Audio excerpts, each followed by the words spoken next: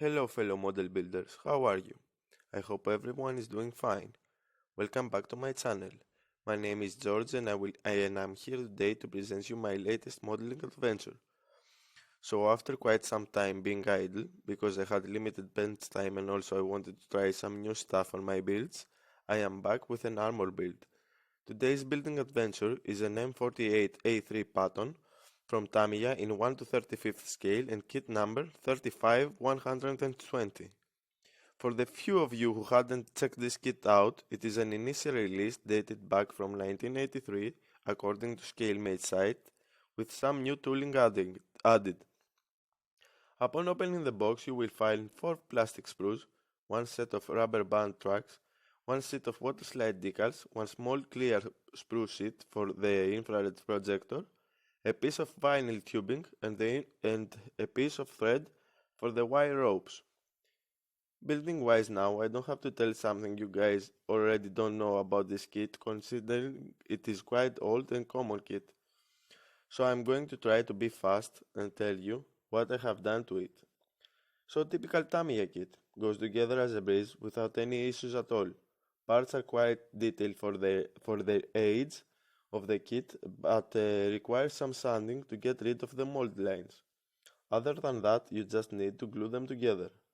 The only thing I have done to the whole of the tank was to close the holes that the lower part had for the motorized version with some Tamiya white putty, just to familiarize with the use of putty for future projects.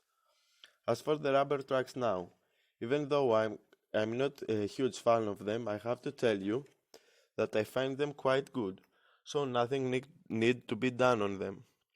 Onto the decals now. The kit provides you with 2 options of markings on this tank. I personally chose the US Marines mark and also added the shark mouth, which I find quite cool. The decals are great, and with the use of a decal solution, in this case Tamiya Mark Fit Strong, they will lay down and conform perfectly to the surface of the tank. Nothing more need to tell you about them. So after all that, I made it to the part where I need your opinion, so here goes it.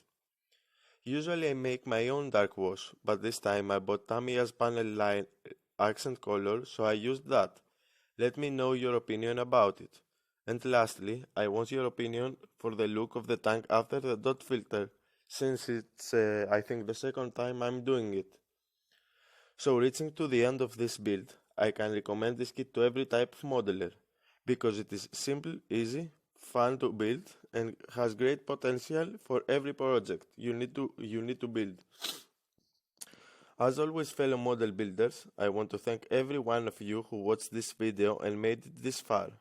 If you have found this video interesting or helpful at all, please leave a like, comment, or even consider subscribing to my channel, so you won't miss any of my new builds.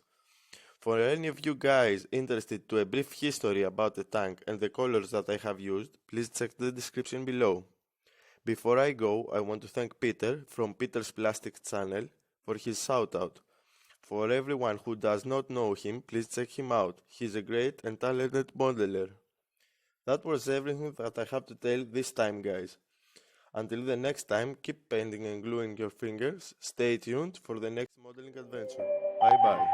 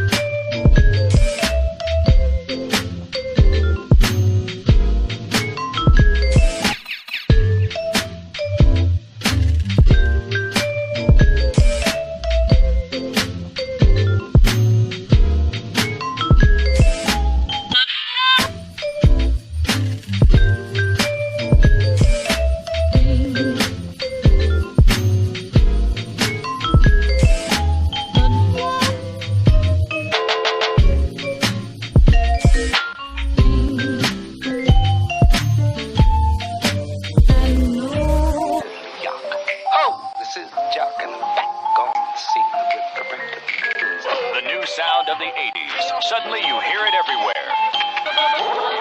It's all beat and all talk. It tells you a story and makes you want to dance. Steve Fox examines an overnight phenomenon, rapping to the beat.